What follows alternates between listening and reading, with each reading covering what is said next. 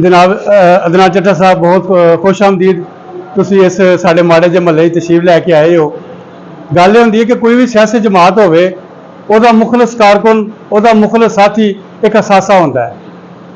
ते जेड़ा वो बंदा जेड़ा दूसरे नाराज दोस्तां नूं इकट्ठियां करके वापस अपनी पार्टी च लैके आंदा है, अपने ग्रुप च लैके आंदा है, अपने धड़े च लैके आंदा है, उन्होंने पार्टी जिहड़ी इन्हां सिर अखां ते बिठांदी है।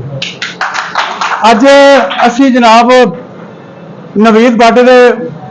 पूरी पार्टी की तरफ मैं शुक्रिया अदा करना कि उन्हें एक तो जनाब नाराज ग्रुप सारे दोस्त जोड़े नाराज हुए सन उन्होंने वापस लैके आए हैं और इन्हों का मैं शुक्रिया अदा करदा मैं इजहार करना चाहना कि किन्ने अकलमंदी है, किन्नी अच्छी गल है कि फ्यूचर दे विच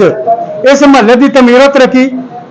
इस महल्ले की तमीरत रखी, इस महल्ले दे विच अमनो अमान ये नाल ही मुस्लिम के साडा पूरा अलीपुर चिट्ठा ਉਹਦੀ तमीरत रखी, इन्हें अपना रोल अदा करने वास्ते एक मुस्बत रोल अदा किया। असं तुहानूं खुश आमदीद कहने ये नाल ही मैं इजाजत चाहना। अल्लाह हाफिज़।